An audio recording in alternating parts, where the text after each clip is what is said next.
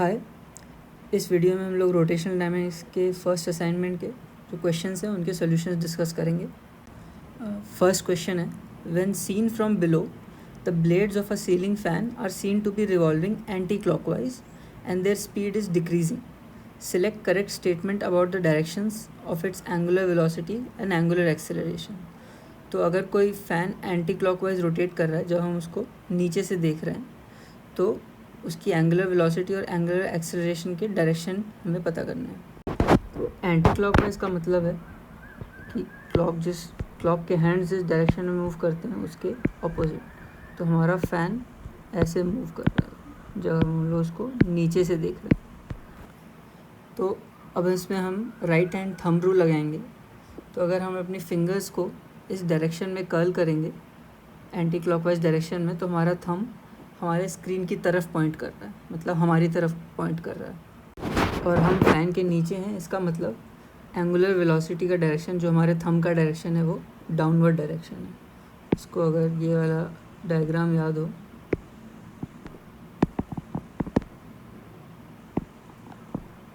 तो अगर हमारा एंटी क्लॉकवाइज डायरेक्शन है, जब इसको हम लोग फ्रंट से देख रहे हैं, ये वाले डायग्राम को हम लोग लेफ़्ट डाउन से देख रहे थे, इसको हम ये वाले डायग्राम को हम लोग साइड से देख रहे हैं, तो ऐसा बनेगा। तो इसका ओमेगा का डायरेक्शन हो जाएगा डाउनवर्ड। अब इसमें बोला है कि उसकी स्पीड डिक्रीज़ हो रही है। तो स्पीड तभी डिक्रीज़ होती है जब एंगुलर एक्सेलरेशन और एंगुलर वेलोसिटी का डायरेक्शन डिफरेंट हो या ऑपोजिट डायरेक्शन में हो। तो अगर ओमेगा डाउनवर्ड डायरेक्शन में है तो अल्फ़ा ऊपर की डायरेक्शन में रहेगी, तभी वो ओमेगा की वैल्यू को कम कर रही है। तो इसका ऑप्शन हो जाएगा B, angular velocity downwards and angular acceleration upwards. Next question है, why are curved roads banked. तो इसका बहुत ही सिंपल आंसर है कि to make it safer for vehicles to take turns even at higher speeds with reduced chances of slipping. कि जब भी कर्व रोड्स को हम लोग बैंक करते हैं तो व्हीकल की जो मैक्सिमम स्पीड लिमिट है वो बढ़ जाती है। जो हमने फॉर्मूले में देखा, हॉरिजॉन्टल रोड और बैंक्ड रोड के वी मैक्स में जो डिफरेंस है, तो हमेशा बैंक्ड रोड का वी मैक्स ज़्यादा होगा हॉरिजॉन्टल रोड के वी मैक्स से। तो चांसेस ऑफ स्लिपिंग रिड्यूस हो जाते हैं जब भी हम लोग कर्व्ड रोड्स को बैंक कर देते हैं किसी एंगल पे। इसके बाद है question, do we need a banked road for a two wheeler, explain. तो टू व्हीलर और फोर व्हीलर का इस केस में एक सिमिलर ही बिहेवियर रहेगा। जैसे कि बैंक्ड रोड फोर व्हीलर को सेफ कर देती है ड्यूरिंग टर्न्स, वैसे ही टू व्हीलर के लिए भी वो सेफ़र हो जाता है कि वो हायर स्पीड पे स्लिप करने के चांसेस उसके कम रहेंगे जब भी रोड बैंक्ड रहेगी। क्योंकि जो बैंक्ड रोड है उसका नॉर्मल रिएक्शन का एक कंपोनेंट सेंट्रीपिटल फोर्स में लगेगा, तो उससे सेंट्रीपिटल फोर्स बढ़ जाएगी। तो इसलिए वो हायर वेलोसिटी पे टर्न ले सकता है, चाहे वो फोर व्हीलर हो या टू व्हीलर। नेक्स्ट क्वेश्चन है क्वेश्चन नंबर 12 एक्सरसाइजेज का। Somehow an ant is stuck to the rim of a bicycle wheel of diameter 1 metre. While the bicycle is on a central stand, the wheel is set into rotation and it attains the frequency of 2 revolutions per second in 10 seconds with uniform angular acceleration. Calculate number of revolutions completed by the ant in these 10 seconds and time taken by it for the first complete revolution and the last complete revolution. तो सबसे पहले solve करने के लिए हम लोग पहले निकालते हैं गिवन क्या क्या है। हमें गिवन है बाइसाइकिल व्हील का डायमीटर है 1 मीटर, तो रेडियस हो जाएगा d/2 = 0.5 मीटर। तो ये हमारा रेडियस हो गया सर्कुलर मोशन का, क्योंकि एंट रिम पे है तो वो बाइसाइकिल व्हील का उसका जो रेडियस होगा एंट का रोटेशन का, वही बाइसाइकिल व्हील का रेडियस हो जाएगा। ये दिया है कि it attains the frequency of 2 revolutions पर सेकेंड इन 10 सेकेंड्स। तो फाइनल हम लोग बोल सकते हैं ओमेगा फाइनल जो हो जाएगा वो हो जाएगा 2π इंटू जो उसकी फाइनल फ्रीक्वेंसी है, तो वो हो जाएगा 2π इंटू 2 रेवोल्यूशंस पर सेकेंड। तो ये हो गया हमारा 4π रेडियंस पर सेकेंड। ये हो जाएगी हमारी फाइनल एंगुलर वेलोसिटी, और टाइम पीरियड दिया है हमें 10 सेकेंड्स। तो सबसे पहले निकालते हैं कि एंगुलर एक्सेलरेशन क्या थी अगर 0 से इस फाइनल एंगुलर वेलोसिटी पहुंचने में उसे 10 सेकेंड लगे।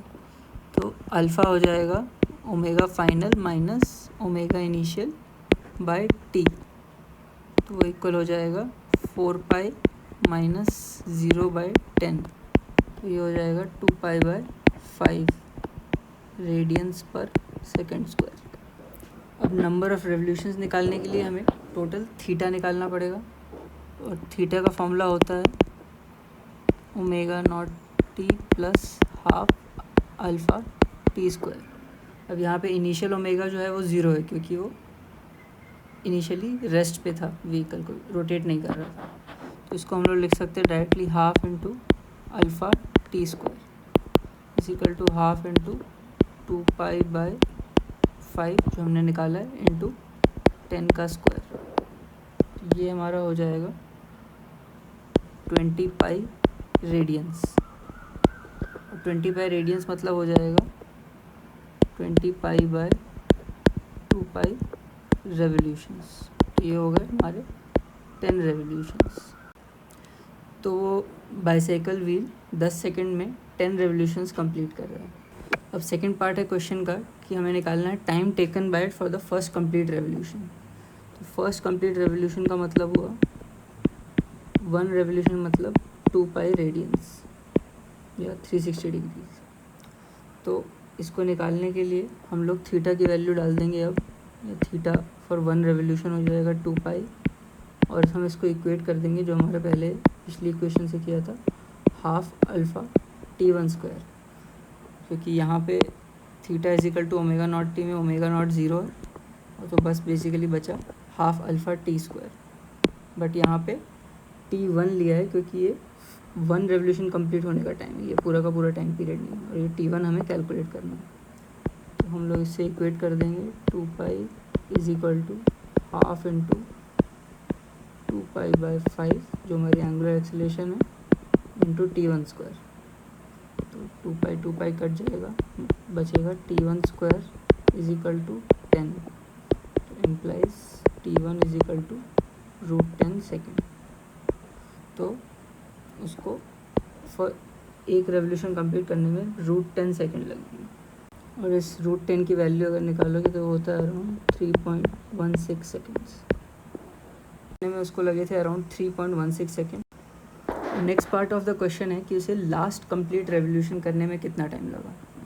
तो ये थोड़ा सा कॉम्प्लिकेटेड है, बट इसको सबसे सिंपल तरीका है सॉल्व करने का कि हम लोग निकाल लेंगे कि पहले 9 रेवोल्यूशंस जो उसको करने थे, जो क्योंकि उसने टोटल 10 रेवोल्यूशंस किए हैं, तो उसको 9 रेवोल्यूशंस करने में कितना टाइम लगा वो निकाल लेंगे, और फिर फाइनल जितना टोटल टाइम लगा है 10 सेकेंड्स उसमें से माइनस कर देंगे। तो अब हम लोग 9 रेवोल्यूशंस कंप्लीट करने में उसको बेसिकली टोटल उसने एंगुलर डिस्टेंस कवर किया होगा थीटा 9, जो होगा 9 इंटू 2 पाई रेडियंस, वो हो जाएगा 18 पाई रेडियंस। इसको अगेन हम इक्वेट कर देंगे हाफ अल्फ़ा टी स्क्वायर से या T9 स्क्वायर से। तो 18 pi is equal to half into alpha है हमारा 2 pi by 5 into T9 square. तो यहाँ पे 2 पाई 9 बचेगा, इम्प्लाइज T9 का स्क्वायर हो जाएगा 10 इंटू 9 90। तो T9 हो जाएगा हमारा 3√10 सेकेंड्स, जो ऑलमोस्ट इक्वल आएगा 9.4868 सेकेंड्स की। तो ये टाइम निकला हमारा जो 9 रेवोल्यूशंस कंप्लीट करने में, और टोटल टाइम हमारा है 10 सेकेंड्स। तो लास्ट कंप्लीट रेवोल्यूशंस करने में उसको टोटल टाइम लगेगा जो उसका final T10 minus T9 is equal to 10 seconds minus 9.4868 seconds is equal to 0.5 0.132 seconds. जैसे ये देख सकते हैं कि फर्स्ट रेवोल्यूशन कंप्लीट और लास्ट रेवोल्यूशन कंप्लीट करने में लगे हैं उसे 0.5132 सेकेंड्स। तो एक्सेलरेटेड मोशन में हमेशा यही होता है कि जैसे जैसे टाइम बढ़ता जाता है वैसे वैसे जो time required to complete one revolution है वो कम होता जाएगा, जब ये यूनिफॉर्म एंगुलर एक्सेलरेशन है। नेक्स्ट क्वेश्चन है question number 13। Coefficient of static friction between a coin and a gramophone disc is 0.5. Radius of the disc is 8 centimeter. Initially the center of the coin is pi centimeter away from the center of the disc. At what minimum frequency will it start slipping from there? And by what factor will the answer change if the coin is almost at the rim? तो अब ये gramophone disc को तुम एक normal disc की तरह treat कर सकते हो जिसके रेडियस है 8 सेंटीमीटर। पहले एक कॉइन है वो अराउंड पहले पाई सेंटीमीटर पे रखा हुआ है और फिर वापस टोटल उसके रिम पे रखा हुआ है। तो ये दो कंडीशंस में हमें इसकी फ्रीक्वेंसी निकालनी है कि जिस फ्रीक्वेंसी पे ये कॉइन स्लिप करने लग जाएगा। तो सबसे पहले हमें क्या क्या गिवन है वो देखते हैं। गिवन है म्यू एस जो हमारा कोएफिशिएंट ऑफ स्टैटिक फ्रिक्शन है वो है 0.5। रेडियस ऑफ द डिस्क है 8 सेंटीमीटर और centre of the coin is pi centimetre away from the centre of the disc. तो इसका मतलब है कि ये जो जिस सर्कल में रोटेट करेगा वो है उसका रेडियस हो जाएगा पाई, ये भी पाई हो जाएगा, ये भी पाई हो जाएगा। तो बेसिकली इनिशियली इसको जो बोल सकते हैं R1 जो रेडियस है कॉइन का अपने एक्सिस से रोटेशन का उसको बोलते हैं पाई सेंटीमीटर। तो हम लोग उसको SI यूनिट में कन्वर्ट करेंगे सबसे पहले। तो ये हो जाएगा 0.08 मीटर्स और ये हो जाएगा 3.14 लेंगे या फिर अगर पाई लें तो पाई बाय 100 मीटर्स। तो यहाँ पे हम लोग सॉल्व करने के लिए या तो डायरेक्ट फॉर्मूला लगा सकते हैं जो हमारी हॉरिजॉन्टल रोड पे व्हीकल चलने की स्लिपिंग का जो मैक्सिमम वेलोसिटी है वो फॉर्मूला लगा सकते हैं, या फिर अगर हमें बैक टू बेसिक्स जाना है अगर वो फॉर्मूला याद नहीं है हमें तो ये समझना इम्पॉर्टेंट है कि वो कॉइन कब स्लिप करेगा। तो कॉइन तब स्लिप करेगा जब उसकी जो सेंट्रीपिटल फोर्स रिक्वायर्ड है उसको सर्कल में मूव करने के लिए वो फ्रिक्शनल फोर्स से एक्सीड कर जाएगी। तो फ्रिक्शनल फोर्स उसको इनफ सेंट्रीपिटल फोर्स प्रोवाइड नहीं कर पाएगी। तो ये तब लिमिटिंग कंडीशन होगी जब जो सेंट्रीपिटल फोर्स है जिसे हम लोग लिख सकते हैं mv²/r, यहाँ पे इस केस में R1 है, या लिख सकते हैं m⍵²r1, ये जस्ट जब इक्वल हो जाएगा उसकी फ्रिक्शनल फोर्स के तो वो हो जाएगा μs इंटू n, ये इसका फ्रिक्शनल फोर्स है, या फिर μs इंटू mg। इसको हम लोग ओमेगा फर्स्ट केस में इसको ω1 लिख लेते हैं। यहाँ से हमारा निकलेगा ω1² is equal to μs mg upon m into R1। mm cut जाएगा तो इससे होगा 0.5 इंटू, और यहाँ पे हमें g लेने को बोला है पाई², तो इसको पाई² से रिप्लेस कर देंगे। और R1 है हमारा पाई सेंटीमीटर है इसलिए ये पाई बाय 100 मीटर है। सब कुछ हमेशा SI यूनिट्स में लेना है। यहाँ से पाई पाई कटेगा तो ये हो जाएगा 50 पाई। तो हमारा ω1² निकला है, हमें निकालना है फ्रिक्वेंसी क्या होने की। तो अब ω1 को हम लोग रिप्लेस कर सकते हैं 2 पाई इंटू f1। फ्रिक्वेंसी और ओमेगा में हमेशा रिलेशन यही होता है, omega is equal to 2 pi into frequency. इसका स्क्वायर हो जाएगा 50 पाई।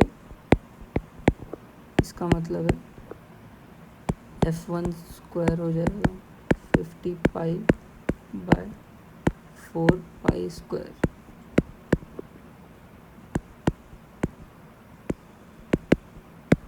तो f1 हो जाएगा हमारा 5/√2 पाई, और ये ऑलमोस्ट इक्वल हो जाता है 2 के।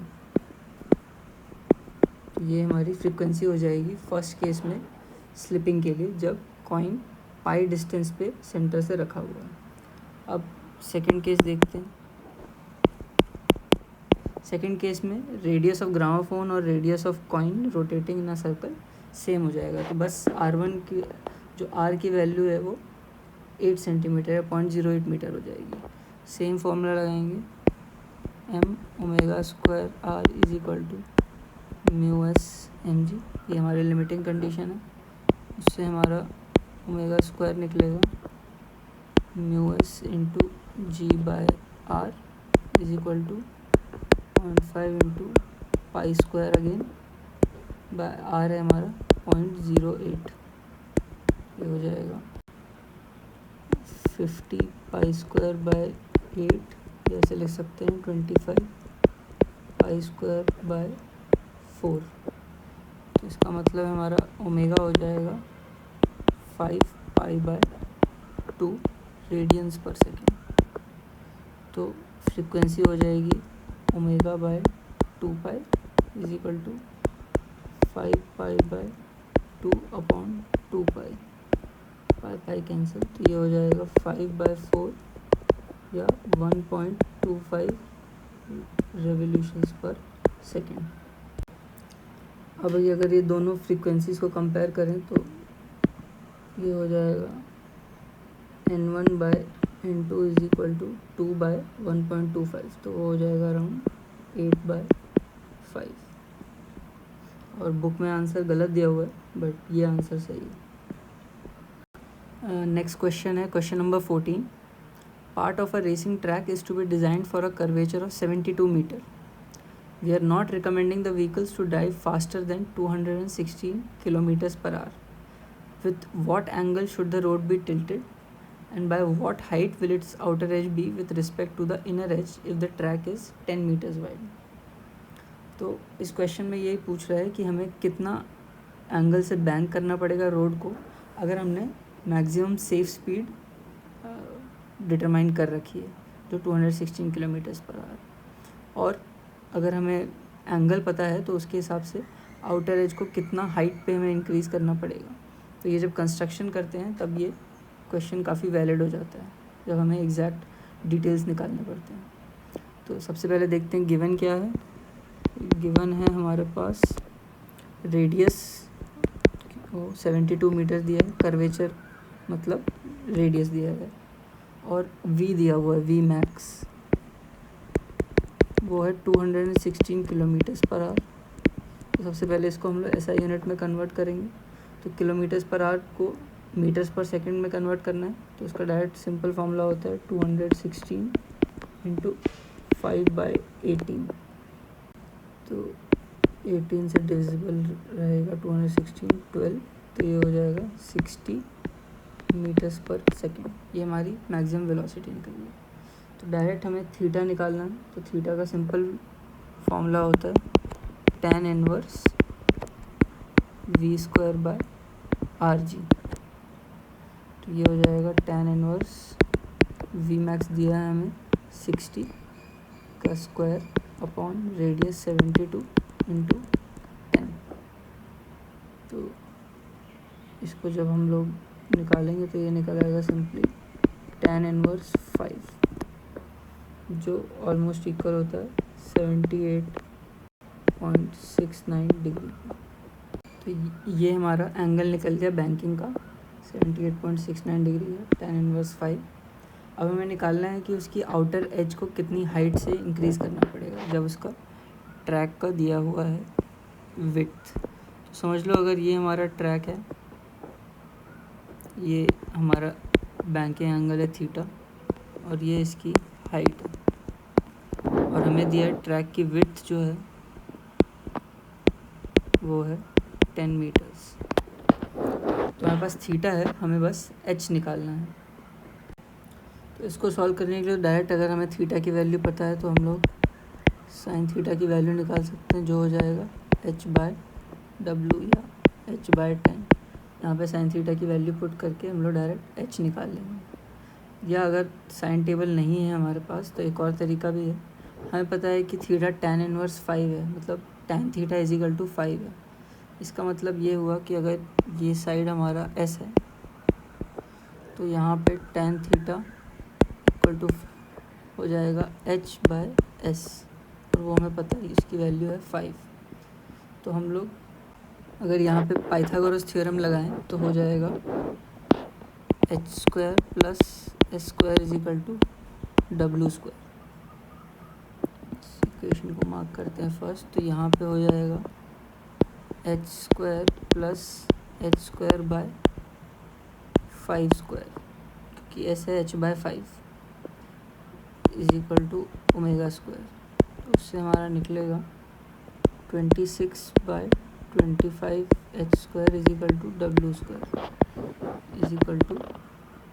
w है 10, तो ये हो जाएगा 100।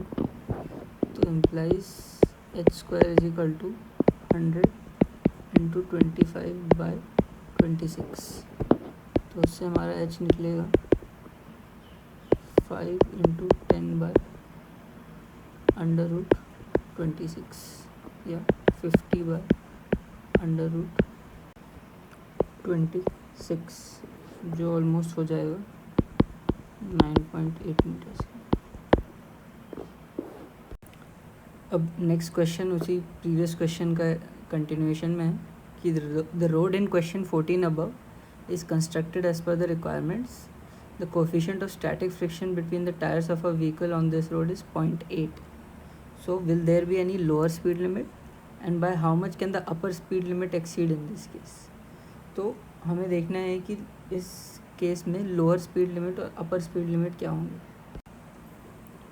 इसमें बस गिवन हमारे पास है μs = 0.8, और हमें थीटा पहले से पता है या tan थीटा पता है 5। तो डायरेक्ट v मिनिमम का फॉर्मूला लगा देंगे। v minimum = √rg × tan theta minus μs upon 1 + μs tan theta. तो ये हो जाएगा √r है हमारे पास 72, g की वैल्यू है 10 मीटर/सेकंड² इंटू tan थीटा 5 माइनस 0.8 जो कोफिशिएंट ऑफ फ्रिक्शन है अपॉन 1 + 0.8 × 5। तो ये इक्वल टू हो जाएगा √720 × 4.2 अपॉन 1 + 0.8 × 5 4। तो ये हो जाएगा 5। ये कट के 144 हो जाएगा। तो डायरेक्ट इसकी वैल्यू आएगी 24.6 मीटर्स/सेकंड। तो इसको हम लोग जब कन्वर्ट करेंगे किलोमीटर्स/आवर में तो हो जाएगा इंटू 18/5। तो मीटर्स/सेकंड कन्वर्ट करने के लिए हमने 5/18 लिया था, तो मीटर्स/सेकंड टू kmph में कन्वर्ट करने के लिए 18/5 हो जाएगा। तो ये हो जाएगी वैल्यू 88.5 किलोमीटर्स/आवर। तो ये हमारी लोअर स्पीड लिमिट निकली। अब अपर लिमिट निकालते हैं। वी मैक्स जो है उसके लिए फॉर्मूला हो जाएगा √rg × μs + tan theta upon 1 minus μs × tan theta. अब यहाँ पे देखेंगे कि μs × tan थीटा करेंगे जो है इक्वल टू 4 के, तो 1 - 4 करेंगे तो नीचे -3 आ जाएगा। तो इसका मतलब है कि ये जो अंडर रूट के अंदर जो टर्म होगा वो नेगेटिव होगा। इसका मतलब ये है कि वी मैक्स की कोई, इसका मतलब ये नहीं है कि इमेजिनरी वैल्यू है, या फिर ऐसा बोल सकते हैं कि वी मैक्स की कोई जो वेलोसिटी की कोई अपर लिमिट नहीं है, क्योंकि अगर हमने ये थीटा भी देखें तो ये 45 डिग्री से एक्सीड कर रहा है। और हमने कोर्स में डिस्कस किया था कि जब भी थीटा 45 डिग्री से ऊपर होता है तो वी मैक्स की कोई वैल्यू नहीं होती, कोई वेलोसिटी की अपर लिमिट नहीं होती। जितना भी वेलोसिटी वो बढ़ेगा वो कभी बाहर की तरफ स्लिप नहीं करेगा। तो यहाँ पे बेसिकली वी मैक्स इमेजिनरी है या कोई स्पीड की अपर लिमिट नहीं है।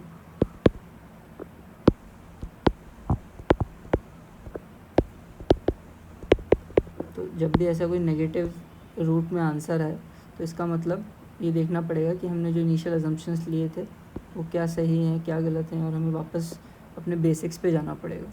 तो अंडर रूट नेगेटिव का मतलब है कि वो इमेजिनरी वैल्यू हो रही है या फिर कोई एग्जिस्ट नहीं कर रही है। नेक्स्ट क्वेश्चन है question number 16। During a stunt a cyclist is undertaking horizontal circles inside a cylindrical well of radius 6.05 meters. If the necessary friction coefficient is 0.5, how much minimum speed should the stunt artist maintain? Mass of the artist is 50 kg, and if he or she increases the speed by 20%, how much will the force of friction? तो इस question में basically simple case है जब vertical wall के around circular motion execute कर रहा है कोई व्हीकल, तो उसके सारे फार्मूलाज हम लोग यूज़ कर सकते हैं। सबसे पहले हमें क्या क्या गिवन है, हमें रेडियस दिया हुआ है 6.05 मीटर्स, इसके अराउंड रिवॉल्व कर रहा है, या जो भी सिलेंड्रिकल वेल है उसका रेडियस। हमें कोफिशिएंट ऑफ फ्रिक्शन दिया हुआ है 0.5। तो हमें सबसे पहले निकालना है कितनी मिनिमम स्पीड होनी चाहिए। तो अगर याद रहेगा तो वी मिनिमम की वैल्यू होती है, जो बुक में रेफ़र कर सकते हो, वो होती है RG/μs।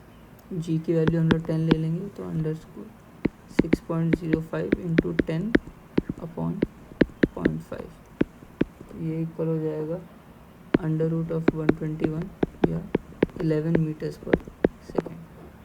नेक्स्ट पार्ट है क्वेश्चन का, if they increase the speed bye 20%, how much will the force of friction. और यहाँ पे मास दिया हुआ आर्टिस्ट का 50 kg। अब अगर ये स्पीड बढ़ा रहा हूँ तो फोर्स ऑफ फ्रिक्शन तो कोई फ़र्क नहीं पड़ेगा। फोर्स ऑफ, क्योंकि जब हम लोग सिलेंड्रिकल वॉल में फोर्स बैलेंस करते हैं तो नीचे की तरफ लग रहा होता है mg और ऊपर की तरफ लग रहा होता है फ्रिक्शनल फोर्स। तो फ्रिक्शनल फोर्स सिर्फ डिपेंड करती है उसका टोटल मास क्या है, वो ये जो नॉर्मल रिएक्शन है वो डिपेंड करता है हमारा सेंट्रीपिटल फोर्स पे। तो फ्रिक्शनल फोर्स इंडिपेंडेंट है कि उसकी स्पीड कितनी है, कि नॉर्मल रिएक्शन डिपेंड करेगा कि उसकी स्पीड कितनी है, तो उससे डायरेक्टली सेंट्रीपिटल फोर्स कितनी चाहिए उस हिसाब से नॉर्मल रिएक्शन वेरी करेगा।